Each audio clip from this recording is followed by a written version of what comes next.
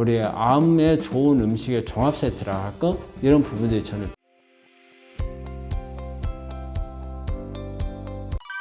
암 환자에게 좋은 채소와 과일을 추천해 주세요. 일단 암 환자한테 가장 좋은 과일은 저는 달지 않는 과일을 말해요. 사과를 우리 암 환자분들이 되게 좋아하거든요. 좋아하는데 우리 환자분들 이거 한번 생각해 보셔야 돼요. 우리가 현미라든지 잡곡밥 뭐 이런 걸 먹잖아요. 그거 왜 먹어요? 우리가 포도당 줄이기 위해서 먹죠. 그런데 우리가 사과는 먹으면서 그 생각을 안 하는 게 저는 조금 이상하다고 생각을 해요. 왜? 이 과즙 자체가 이건 과당이거든요. 근데 우리 몸 안에 들어가면 우리 이 포도당 대사안에 중간에 끼어 들어갑니다. 끼어 들어가기 때문에 똑같은 역할을 해요. 그러면 과즙을 많이 안 먹어야 되는데 단지 우리 환자분들 생각할 때 뭐라고 생각하냐면 쌀과 밀가루, 사과는 좋고 이건 안 좋다 이 개념만 생각을 하거든요. 그럼 사과가 좋은 이유는 여기에 껍질에 있어요. 껍질에 피세틴이라는 좋은 성분이 들어있어요. 그 다음에 사과 안에는 펙틴이라는 그 줄기처럼 이렇게 사과를 먹으면 걸리적거리는 거 이런 부분들이 좋은 거거든요. 그 외에 단 부분은 좋은 게 아니에요. 그래서 보통 4분의 1만 먹는 게 좋다고 생각을 하거든요. 그래서 사과는 그렇게 먹는 게 맞고요. 그럼 이제 배라든지 뭐 복숭아라든지 참외라든지 다 마찬가지예요. 과즙이 많이 들어있는 것은 피하시는 게 좋고. 그래서 달지 않는 과일이 어떤 게 있어요? 가장 대표적인 게 토마토죠. 토마토 속에는 달지는 않지만 어떤 비타민 A가 많이 들어있죠. 그리고 그 외에 미네랄이라든지 그 외에 여러 가지 파이토케미칼들이 그 안에 많이 들어있어요. 성분들이 많이 들어있고 단지 여기에는 사과하고 다르게 과즙이 별로 없다는 게 권장하는 이유죠. 그 외에 또 그런 역할을 하는 게 키위도 그런 역할을 하죠. 그 다음에 비트. 저는 우리 환자분들한테 비트를 상당히 많이 권해요. 우리가 ABC 주소를 많이 이렇게 우리 암 환자분들한테 권장을 하잖아요. 여기서 B가 비트입니다. 비트가 그만큼 여러 가지 좋은 성분들이 많아요. 베타인도 들어있고 안토시아닌도 들어있고 그리고 미네랄 많이 들어있고요. 수분도 많이 들어있고 그리고 칼륨도 많이 들어있고 아주 우리 암에 좋은 음식의 종합 세트라 할까? 이런 부분들이 저는 비트라고 생각을 하거든요. 비트를 많이 권하는 게. 이런 것들. 그러니까 단적으로 말하면 달지 않는 과일이 좋다. 저는 그렇게 말할 수 있습니다. 채소는 되게 이제 성분별로 이렇게 좀 차이 나는 게 있죠. 우리가 이제 가장 좋게 우리가 평가되고 있고 환자분들이 그렇게 생각하는 게 1번이 마늘이죠. 마늘 속에는 뭐 알리신이라든지 설포라판이라든지 그 다음에 프루설티아민이라든지 이렇게 항암 작용을 가지고 있는 다양한 성분들이 이 마늘 속에 많이 있죠. 그러니까 마늘이 제일 권장할 만한 거고 원래 옛날부터 타임즈가 선정한 항암 음식 제1번이 마늘이잖아요. 그리고 이제 그 위에 이제 브로콜리 같은 것도 있고. 근데 이제 브로콜리는 두 가지를 주로 먹자 하죠. 하나는 설포라판이라는 황성분하고 또 하나는 셀레늄이죠. 근데 이제 셀레늄 같은 경우는 토양에 따라서 함량이 조금씩 많이 달라요. 토양에 셀레늄이 많으면은 브로콜리 속에 셀레늄이 많을 거고 토양에 셀레늄이 별로 없으면 브로콜리에도 셀레늄이 별로 없죠. 그래서 어느 지역에서 나는가에 따라서 브로콜리는 조금 다를 수도 있고 그리고 양파 같은 경우에는 양파 속에는 케르세친 특히 이게 보라색으로 되어 있는 케르세친이 많이 들어있다는 뜻이거든요. 보라색에.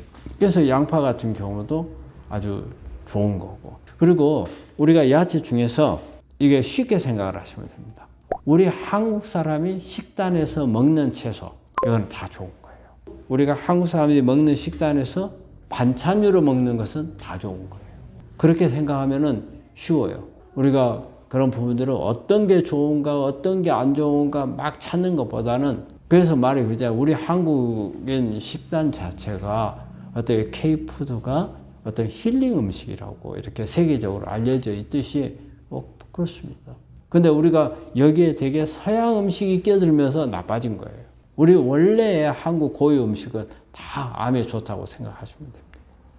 암 환자, 과일의 과당 괜찮을까요? 그렇죠. 그게 과당이잖아요. 과당. 그러니까 우리가 암세포는 포도당을 이용을 해서 대사를 하는 걸로 되어 있잖아요. 포도당이 세포 안에 들어가서 피루빅스 안으로 바뀌어요. 그리고 이게 피루빅스 안에서 일부는 미토콘드리아로 에너지 만드는 곳으로 들어가고 일부는 젖산을 만드는 곳으로 들어가요. 근데 대개 암세포는 미토콘드리아 쪽으로 가는 대사는 잘 안 하고 젖산을 만드는 쪽으로 넘어오거든요. 그러면 과당은 처음에 포도당에서 시작해서 쭉 만들어지는 여러 가지 대사 과정이 있어요. 근데 과당은 포도당에서부터 시작하는 게 아니고 중간에서 끼어 들어가는 과정으로 해서 들어가요. 어쨌든 피루빅산을 통해서 젖산까지 오는 것은 같은 거예요. 시작점은 다르지만. 그래서 대사하는 속도가 과당이 조금 느릴 수는 있어요. 하지만 궁극적으로 젖산을 만드는 과정은 같다는 거죠. 그래서 과일 속에 있는 과당은 우리가 포도당하고 별개다. 그거는 아닙니다. 단 과일을 너무 많이 먹는 것은 바람직하지 않습니다. 암 환자 소금 꼭 먹어야 할까요? 또 우리가 간을 많이 해서 짜게 했을 경우에는 이 짠 거 속에는 나트륨이 많이 들어있잖아요. 이 나트륨이 염증을 일으키는 역할을 하거든요. 근데 요즘에 그 나트륨에 대해서 말이 많잖아요. 소금을 먹는 사람들이 의외로 많이 많아졌어요. 그래가지고 뭐 죽염을 먹는 사람도 있고, 뭐 천일염을 갖다 먹는 사람들도 있고, 또 뭐 히말라야 이런 데서 나오는 암염을 갖다가 먹는 경우가 있고, 그래서 어떻게 돼서 소금이 오히려 암을 치료하는데 도움이 된다. 이런 부분들을 가지고 이야기하는 분들이 있는데, 그 소금이 우리가 오히려 면역을 높이는데 좋다고 이렇게 생각하는 분들이 있어요. 우리 면역세포, 특히 NK세포 같은 경우에 이렇게 암세포를 죽일 때 그란자임이나 퍼포린이라고 하는 이런 효소를 가지고서 죽여요. 퍼포린이라고 하는 효소가 암세포를 잡게 되면 여기다가 암세포에 구멍을 뚫어요. 그리고 그란자임이라는 효소를 그 안에다 집어넣어요. 그러게 되면 이 암세포가 죽어버리는 거예요. 그런데 소금이 이 그란자임이나 퍼포린을 약간 활성화시켜주는 효과가 있다고 되어 있어요. 그래서 소금을 먹으면 오히려 이게 면역세포가 강화가 된다. 그러니까 소금을 먹어라. 이제 이렇게 알려져 있어요. 근데 그러면은 이제 반대로 오히려 나트륨이 면역세포의 면역작용을 떨어뜨려 버린다는 연구 논문들도 많이 나와 있습니다. 이게 면역을 높인다는 그런 것도 있겠지만 오히려 낮춘다는 논문들도 많이 나와 있기 때문에 이것만 가지고 소금이 좋다고 볼 수가 없어요. 자, 그러면 그 외의 작용들을 한번 볼게요.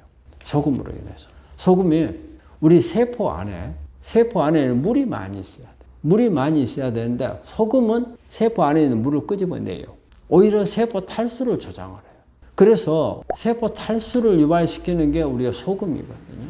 그것을 우리가 이 한국 사람들은 그 원리를 잘 알아요. 뭘 아느냐면 우리가 김장을 하잖아요.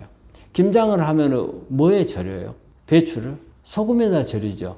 그럼 뭐예요? 배추 속에 있는 물이 쫙 다 빠져나와 버리죠. 똑같아요. 우리 사람 몸 안에 소금기가 많으면 혈액으로 세포 안에 있는 물을 뽑아내 버립니다. 그런 세포가 물이 없어요. 물이 없어가지고 안에서 만들어진 산화물이라든지 노폐물이라든지 이런 것을 청소를 해서 제거할 수 있는 능력이 별로 없어져 버려요. 그렇게 되면 안에 가서 지저분해지죠. 쓰레기가 많이 쌓이죠. 그렇게 되면 결과적으로는 어때요? 세포 안에 있는 핵의 유전자가 변이가 일으켜서 그게 암세포로 가버릴 가능성이 있는 거예요. 그 소금을 그건 아닌 거고요. 또 하나, 우리 몸에 소금은 염증을 일으키는 작용을 많이 해요. 여러분들 위암의 가장 큰 원인이 뭐예요? 염증입니다. 이 염증 때 가장 영향을 주는 게 나트륨입니다. 소금이에요. 그래서 위암의 가장 위험 요소 중에 하나가 짠 음식이에요. 그런데 소금을 그냥 찍어서 막 드시더라고요. 우리 환자분들이. 저는 그래서 그거는 아니라고 봐요. 그런데 또 소금 중에서도 우리 환자분들이 어떤 소금을 먹느냐에 따라서 다르거든요. 대개 여러분들이 죽염을 먹는다 하면 죽염도 소금이라고 생각을 해요. 그렇기 때문에 내가 죽염은 비싸니까 못 먹으니까 난 천일염이라도 먹을란다. 또 뭘 먹을란다. 죽염은 제가 볼 때는 완전한 소금이 아닙니다. 왜냐하면 보통 우리가 죽염이라고 하는 것은 뭐 구중구포를 한다고 그래요. 근데 여러 차례 대나무 통에다 넣어가지고 굽기 때문에 나중에는 대나무가 가지고 있는 성분들이 소금보다 훨씬 많습니다. 대나무가 하면서 대나무 속에 있는 미네랄들이 다 거기 섞여 들어간 거예요. 그래서 결과적으로 나중에는 소금보다는 일반 다양한 미네랄들이 오히려 더 많아져요. 그렇기 때문에 약간의 효과가 있다고 돼 있는 건데 미네랄들이 같이 들어오니까. 근데 그 절대 착각하시면 안 돼요. 일반 소금하고 죽염하고는 제가 볼 때는 다르다는 걸 생각을 하셔야 되고, 일단은 우리가 죽염을 먹는 사람들은 소금을 먹는다는 개념보다는 다양한 미네랄을 먹는다는 그런 개념이거든요. 그래서 소금을 먹는다는 개념하고는 조금 따로 분리를 할 필요가 있어요.